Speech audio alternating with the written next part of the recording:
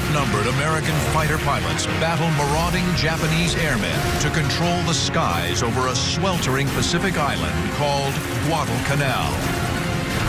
During a grueling 6-month slugfest, their combat in the sky will help decide the course of the Pacific War. Through state-of-the-art computer animation, you're in the cockpit as America's rugged F-4F Wildcats face off against lethal Japanese Zero and Oscar fighters. Experience the battle, dissect the tactics, relive the dogfights of Guadalcanal.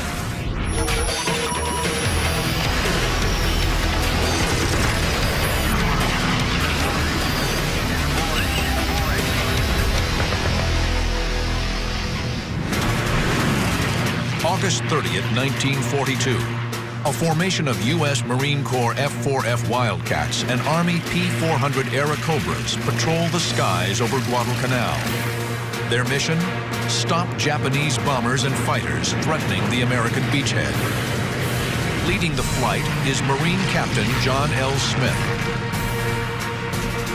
The P-400s have no oxygen equipment and level off at 12,000 feet. But Smith pushes his Wildcats above the slower and more vulnerable P-400s.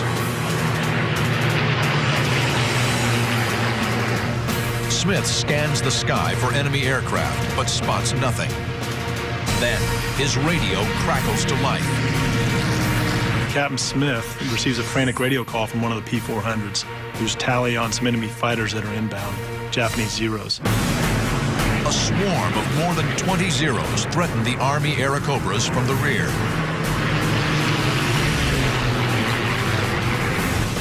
The P-400s are here. The Zeros are here, attacking the P-400s from behind. Smith and the Wildcats are here, 3,000 feet above.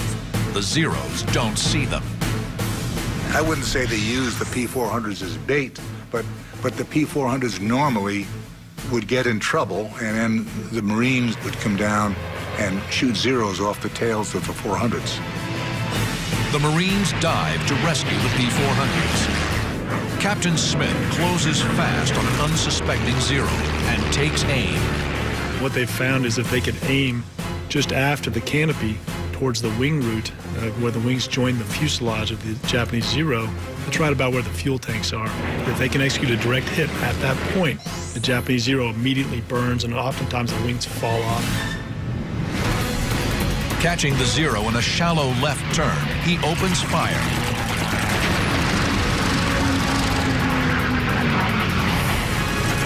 It's Smith's 6th kill of the war, but there's no time to celebrate. The skies are still filled with Zeros, and Smith and his men are heading into 6 months of legendary dogfights, battling for the most important location in the Pacific in 1942. A green speck of land called Guadalcanal. 3 months earlier, Allied reconnaissance discovered that the Japanese were building an airfield on Guadalcanal, a 90-mile-long jungle island at the southern end of the Solomon Island chain. If the Japanese can control Guadalcanal, they'll sever the vital supply line from the U.S. to the South Pacific. Australia and New Zealand will be open to invasion and conquest. The Allies have to act. Depending upon who controlled that airstrip, had an enormous effect on Japanese and American fortunes in that area. August 7th, 1942, America launches its first amphibious assault of World War II. Over 11,000 U.S. Marines storm ashore at Guadalcanal. The Marines quickly gain a foothold on the island. By the second day, they take the Japanese airstrip, renaming it Henderson Field. The Japanese bring in thousands of fresh troops to Guadalcanal and attack the Americans relentlessly, trying to drive them off the island. The Marines fight off attacks while desperately trying to prepare Henderson Field for operations. Japanese tractors and equipment are commandeered to improve the small crushed coral runway. Bomb damage is repaired, and PSP, perforated steel planking, is hurriedly laid down. After 2 weeks, they finish the airstrip and fly in 19 F-4F Wildcat fighters and 12 SBD Dauntless dive bombers. It was only because of the ability of the Americans to place aircraft on Henderson Field to protect the supply ships bringing in reinforcements and supplies to the Marines on Guadalcanal that the island could be held. Because the Allied code name for Guadalcanal is Cactus, Henderson Field becomes the home of the tiny Cactus Air Force, at first consisting of just 43 pilots and ground crew. The men of Henderson Field soon discover it isn't just the enemy making their lives hell. The island was a fly-infested, dirty, stinking, blood-soaked, damned island that was just dangerous to even walk on the beaches because there was so much unexploded ammunition around. The pilots and ground crew live in mud-floored tents. The latrine is a trench with a log seat, and the bathtub is the Lunga River, complete with crocodiles and leeches. The flyers of the Cactus Air Force are outnumbered and short on supplies. Their fighter, the F-4F Wildcat, can't match the agility of the enemy Zero. But a big advantage for the Cactus Air Force is that they are commanded by a born leader in 27-year-old John Smith. Smith's an aggressive dogfighter and skilled tactician. She always preached and devised his tactics around you have to pit your strengths against the enemy's weakness. And that is as true today as it ever was since the first airplane ever flew in combat. Now, on August 30th, 1942, Captain John Smith and his men are protecting Guadalcanal from approaching bombers and fighters. In his 8 days on the island, Smith has already scored 5 kills, making him an ace. Today, he's racked up 1 more. Then he spots another Zero below, breaking from a cloud. The Zero is here. Smith is here, high above him. He plans to use the Wildcat's diving speed to try and drop behind the Japanese plane. Smith first rolls inverted, then dives. This creates positive G-force instead of negative Gs. You roll on your back, pull aft on the stick, and pull positive Gs so you're pushed into your seat. You can be able to pull more Gs, which means you can pull your nose downhill faster. The maneuver works. Smith rolls back over, then levels out behind the Zero and fires. The Wildcat's 6 .50 caliber guns deliver 200 rounds in a 4-second burst.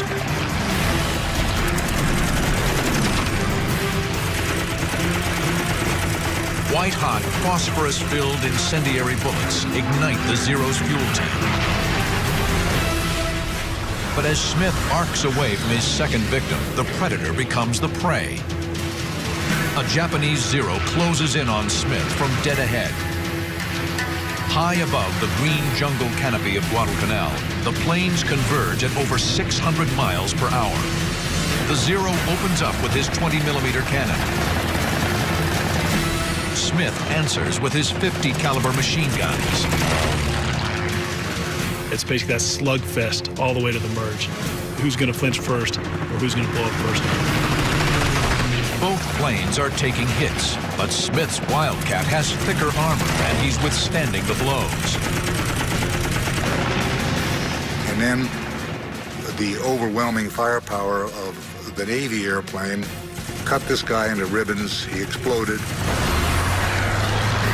And then what Smith did is dump the nose over very hard, very abruptly, and flew underneath the debris field and escaped.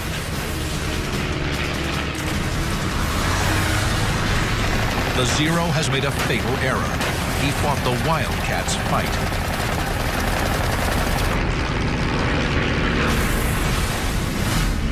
Built by Grumman Aircraft, the Wildcat is first flown in 1937. The rugged plane features cockpit armor and self-sealing fuel tanks. These tanks are coated with layers of rubber that expand and reseal if they're punctured. The Wildcat faces the most famous of all Japanese aircraft, the deadly Mitsubishi A6M30. The lightweight Zero can outturn and outclimb the Wildcat, a lethal advantage in a dogfight. But its thin armor protection and lack of self-sealing fuel tanks means it can't survive a slugging match with the tougher Wildcat. The Zero is faster, more maneuverable, and can outclimb the Wildcat, while the Grumman is tougher, more heavily armed, and can outdive the Zero.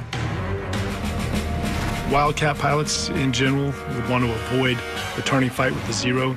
That would not be their fight. The Wildcat with its 650 cal machine guns, heavy body armor, heavy armor around the engine cowling, preferred head-on attacks, frontal attacks, and it would just basically plow through that Zero. The air battle of August 30th is a resounding victory for Smith and his pilots. They shoot down 14 of the 22 attacking Zeros. The Japanese bombers the Zeros were protecting retreat before reaching Guadalcanal. Believing the engagement is over, Smith sets course for Henderson Field. But there are two more deadly Zeros just ahead. August 30th, 1942. 3 weeks into the battle for Guadalcanal, Japanese aircraft are on the attack. Marine fighter pilot John L. Smith has killed 3 enemy Zeros.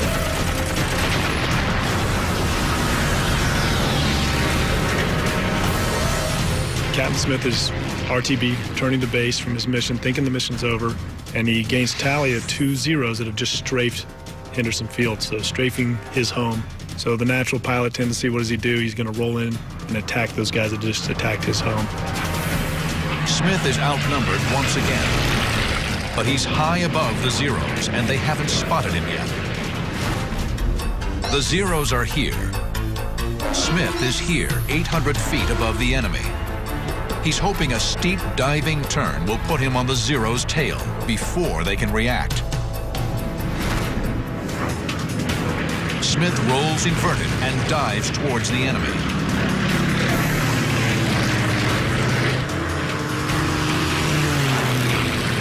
He levels out at 6 o'clock low, below and behind the trailing Zero, positioned perfectly for the kill. The Zero takes evasive action. He brakes hard left. But Smith has anticipated the move. He stays right with him, raking the enemy with his 50 cals. Cutting his speed and braking back right, the Japanese pilot hopes to make Smith overshoot. But Smith chops power and stays in trail.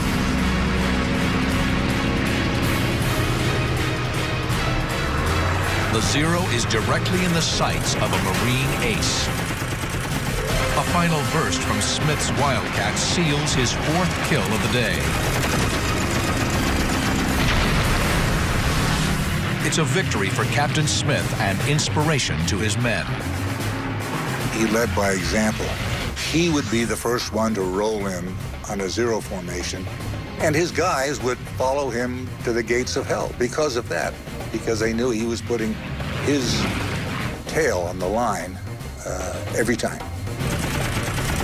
Smith and the Cactus Air Force have delivered a staggering blow in what is becoming a drawn-out brawl.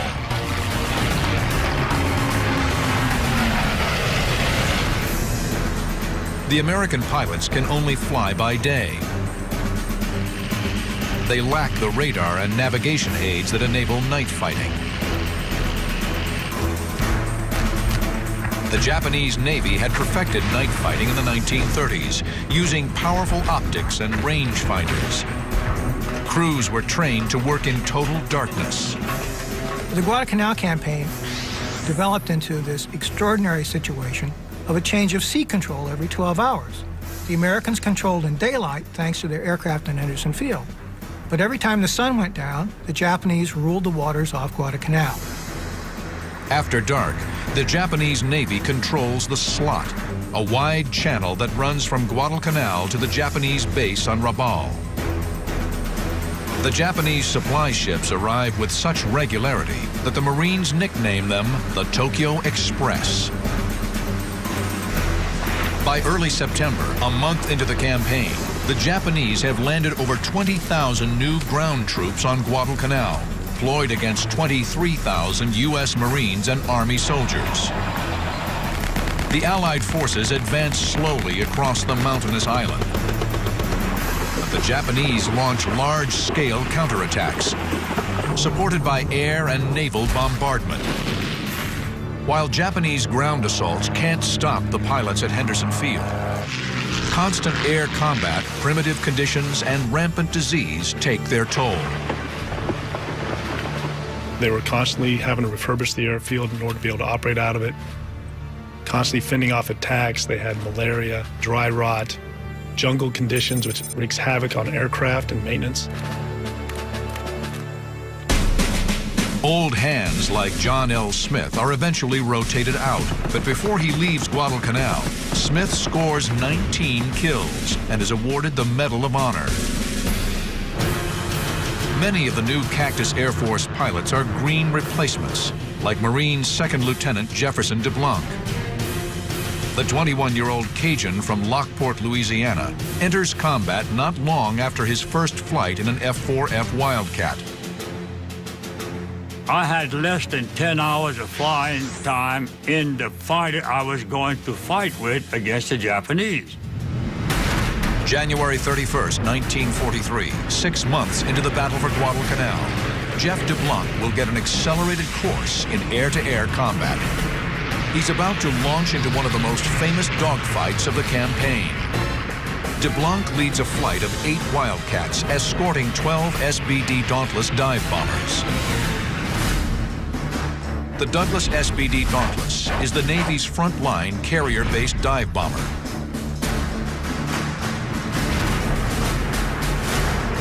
The plan is to attack Japanese supply ships heading for Guadalcanal.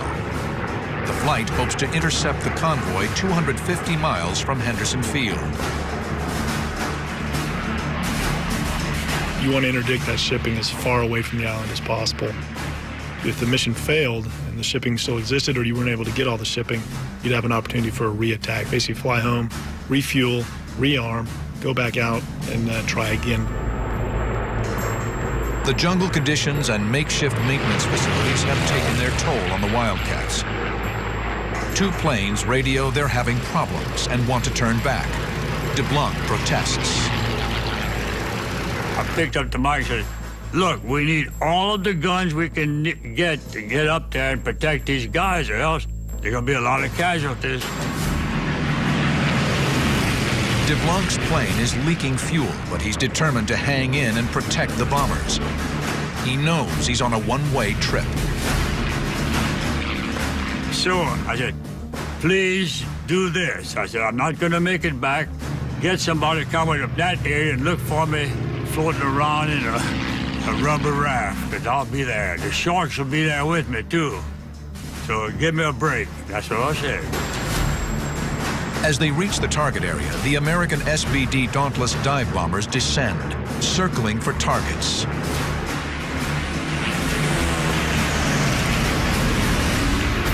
Suddenly, 2 Japanese Pete float planes dive down from high above on the slow, vulnerable SBDs. DeBlanc sees the float planes closing on the Dauntlesses and rolls out to his left. Staff Sergeant Jim Felleton follows. They arc down to cut off the attack. DeBlanc opens the throttle, gaining on the 2 enemy fighters. Then a brilliant stream of tracers rips out from one of the Pete's rear gunners, screaming straight at him. January 31st, 1943, 6 months into the Guadalcanal campaign.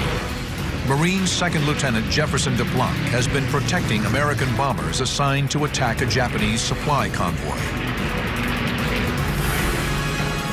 Now he's diving to save the bombers from 2 Japanese Pete floatplane fighters. As he approaches, the Pete's lethal rear guns open fire. In a floatplane, the rear gun is naturally a crack shot.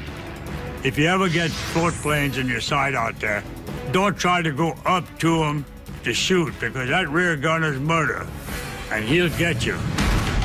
Although it's a biplane, the Mitsubishi F1M Pete can more than hold its own in a fight. It has an excellent turning radius and is armed with 2 machine guns in the wings and a 7.7mm tail gun. Tracers stream past DeBlanc's canopy. He skids left and right to avoid the fire coming from the nearest Japanese gunner. He's using a lot of rudder and aileron to basically slide his airplane back and forth to try and not allow a steady bead by that tail gunner. DeBlanc carefully lines up on the Pete's tail and fires. The heavy .50 caliber rounds tear through the float plane.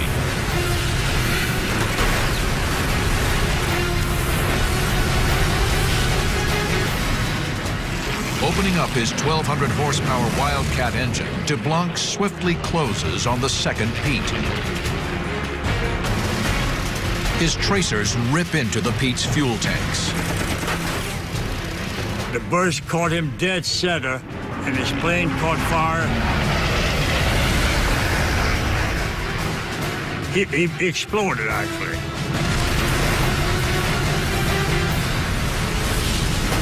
DeBlanc pulls skyward to resume his escort mission. He spots a swarm of airplanes approaching fast. They're Japanese Oscar fighters. The Nakajima Ki-43 Oscar is a frontline fighter for the Japanese Army Air Force. The Oscar is just as fast as the Wildcat and far more maneuverable. But the Wildcat can take more punishment and carries 6 machine guns to the Oscar's 2. The Oscars bore in full throttle, bent on attacking the dive bombers. But they have target fixation and don't spot DeBlanc. The target is the prize, so you become focused on that prize, you start to lose your peripheral vision and your actually situational awareness around you. DeBlanc is here. The Oscars are here, streaking above DeBlanc.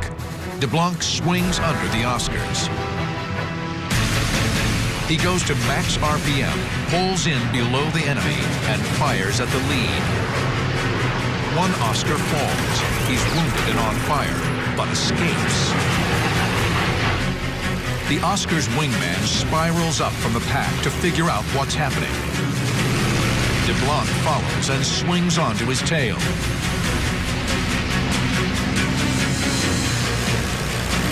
The Oscar is squarely in his sights.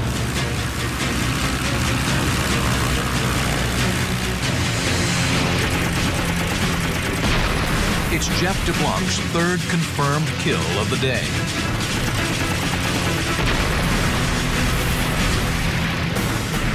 DeBlanc's almost out of fuel, but he decides to stay and guard the SBDs. My job was to protect the what? The dive bombers. Now, I'm not a hero, but I have to live with my conscience. And if I didn't do what I was supposed to do, then I'm derelict in my duty. Suddenly, DeBlanc realizes the other Oscars have broken off their attack on the bombers and are coming after him. The Oscars dive down to swarm DeBlanc and Felton. Outnumbered and under attack, the 2 Americans instinctively fall back on a classic defensive maneuver, the Thatch Weave. It's a simple but effective 2-plane tactic devised during the war by naval commanders Jimmy Thatch and James Flatley. Paired up in a buddy system, the planes fly 200 feet apart. If an enemy attacks a Wildcat's tail, the 2 American fighters will turn toward each other. If the enemy follows, it will soon be targeted by the second plane. For DeBlanc and Felton, the Thatch Weave works. The Oscars are unable to attack without exposing themselves to one of the Wildcat's guns. But Felton swings his Wildcat too wide and suddenly finds himself in the crosshairs of a trailing Oscar. Bullets chew into Felton's engine. The Marine kicks his wounded Grumman into a wide left turn to get out of range. He bails out. With the mutual support of the weave now gone, an Oscar dives in on DeBlanc's tail. DeBlanc tries to shake off the enemy, but the nimble Oscar easily stays lodged in the 6 o'clock position. Then DeBlanc's squadron mate, Jim Seacrest, who has been with the bombers, comes to the rescue. DeBlanc is here. Seacrest is here, heading straight on. He is going to streak in directly over DeBlanc's canopy to get to the Oscar.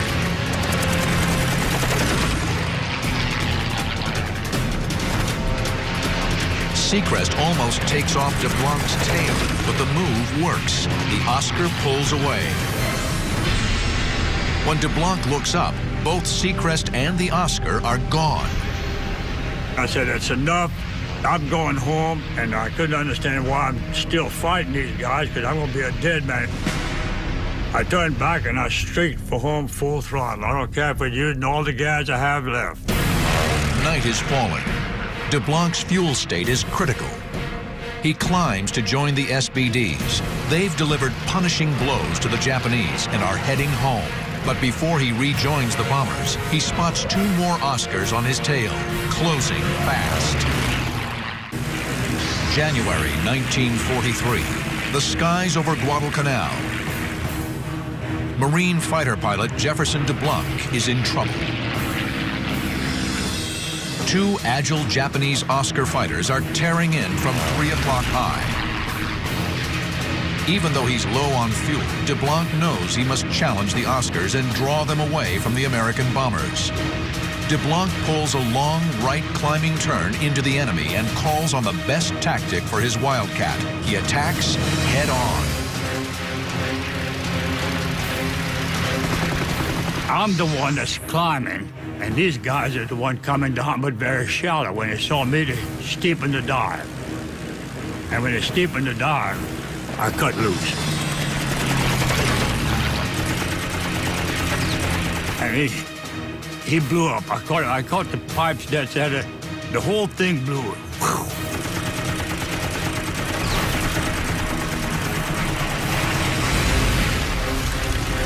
The Japanese fighter disintegrates, nearly blinding DeBlanc in the flying debris.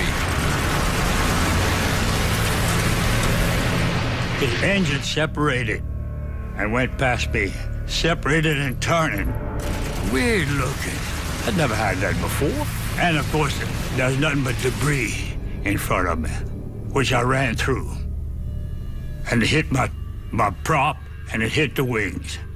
It didn't knock me out. It didn't knock me out, but I still had control, and it still was running. My engine was running. When DeBlanc regains his senses, he sees the second Oscar pulling in steeply behind him. He was looking at me as if that's a dead man I'm coming after, because I'm going to blow him right out of the sky. And when he came on down that way, we were both diving towards the sea. And I knew good well with the Grumman, there's only one protection I have. Flying straight, I couldn't do it because he can overtake me. Pulling up, I couldn't do it because he had me broadside. Over here, when you pull up, then you're going to stall and come down, he can get you there. So with only one option that I have to have is the option is to fool him. DeBlanc forces his Wildcat into an aerial skid. In effect, he's slamming on his brakes, trying to force the Zero to overshoot. When I skidded, then he was coming too fast. I straightened out to just let him go. We were wingtip to wingtip.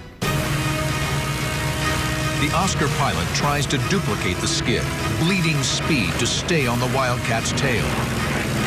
He fishtailed, and he couldn't do it. He went right past me.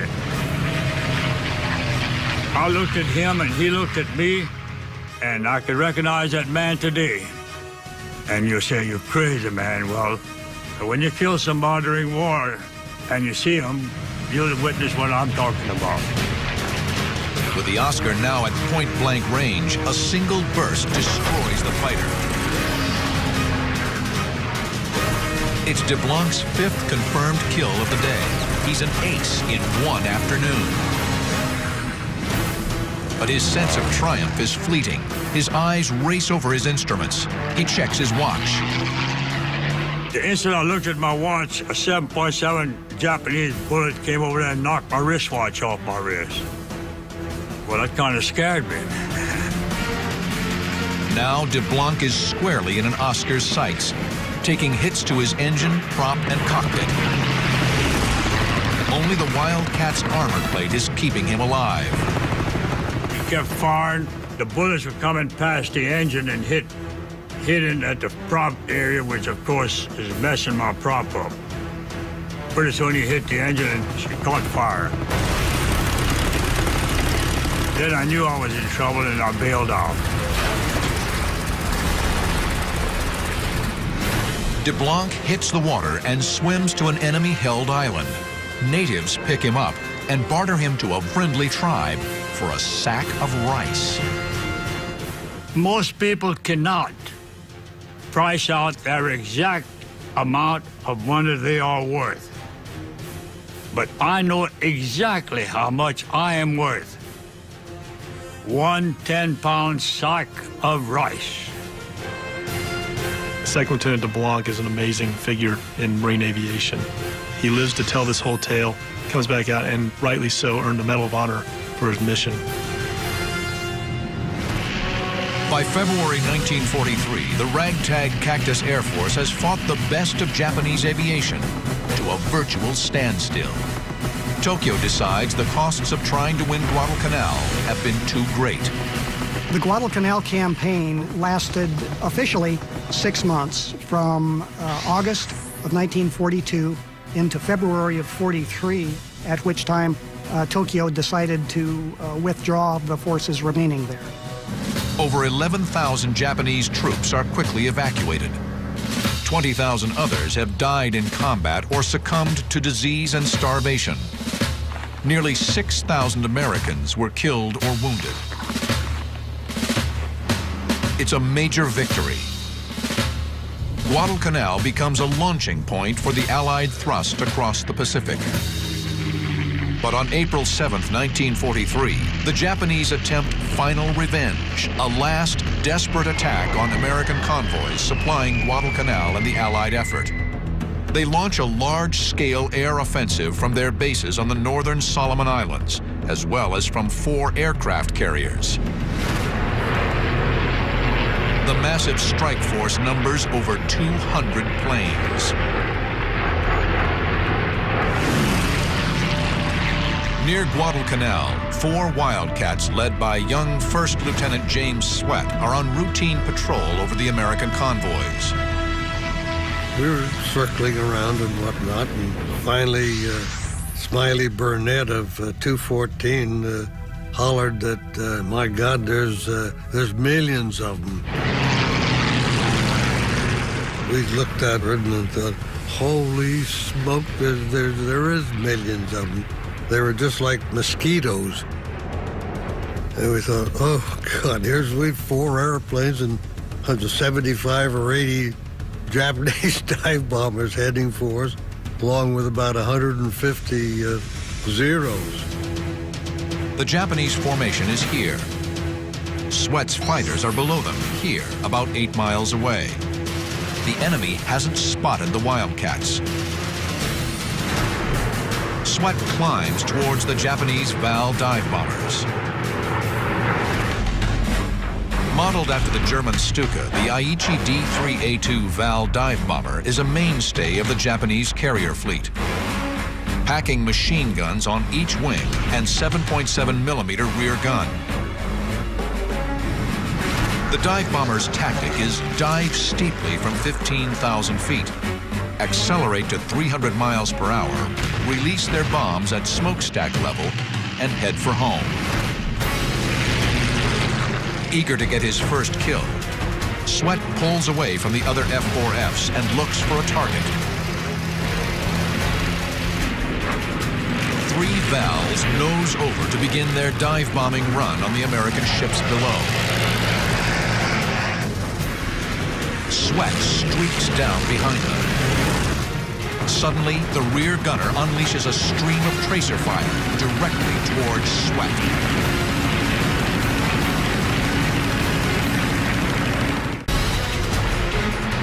April 7th, 1943. Japan has launched a last-ditch effort to avenge its humiliation at Guadalcanal. Marine Lieutenant James Sweat pursues 3 Japanese Val dive bombers attacking an Allied shipping convoy. The Val's rear gunners fire up at Sweat's Wildcat. Then, a single burst from 300 yards ignites the lightly armored Val's fuel lines. It's Sweat's first kill. I just picked one and just gave him a squirt, and he flamed like crazy.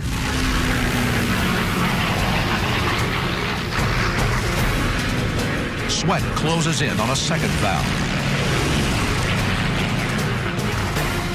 The bomber's right wing is riddled by the first burst. A second shot rips the fuselage. Sweat has 2 kills in as many minutes. But almost immediately, Sweat finds himself in a shootout with the third bomber's tail gunner. 7.7mm bullets zip past the Wildcat. But once again, Sweat's incendiary rounds hit fuel.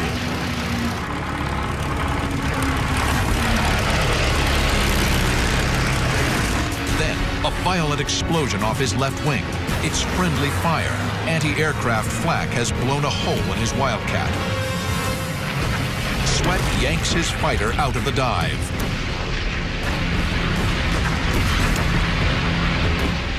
I was number 1, scared.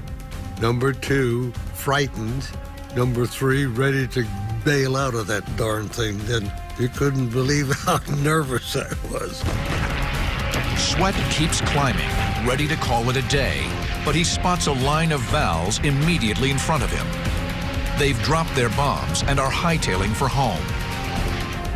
In spite of his battle damage, Sweat closes on the Vals from behind.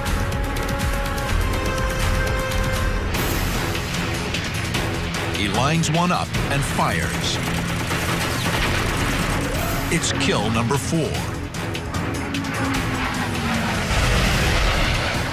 I was down below them, and so that the rear gunner couldn't shoot me. And when I fired my guns, I'd just stick the nose up a little bit and give a quick blast. And it was fantastic how they burned. The uncompromising discipline of the Japanese naval aviators dictates that they stay in formation and not take evasive action. Each one of them went down in turn as I was chasing them like this and shooting, and it only took 2 or 3 rounds per gun, and boy, it just ripped them up something awful, and they'd flame just like that. A 5th victim drifts into the Wildcat's gun sights. The rear gunner leaps for his life moments before his plane plummets toward the ocean. On his first combat mission, the Marine rookie has become an ace in less than 15 minutes. Incredibly, the surviving Vals hold formation. Stunned at his luck, Sweat pilots his Wildcat onto the tail of a 6th Val, downing it with a brief burst.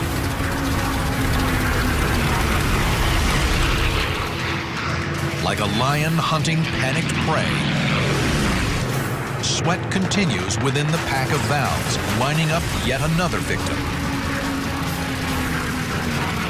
A smoking death roll marks his 7th kill. No longer scared, the Marine is starting to feel invincible. Talk about overconfidence, that was me. As he sizes up an 8th victim, Sweat throws caution overboard. I was aimed right straight for the rear gunner, and I flew right into that damn gun. He just blasted my windshield and me and everything else. Sweat is cut from the shattered glass, but fires a final burst and kills the Val's gunner at close range. I can still see his eyes right now, the terror in his eyes while he was shooting at me. And when I fired back, he fell down into the cockpit. Shocking. But with no ammo in his crippled aircraft, Sweat knows the next kill is likely to be him.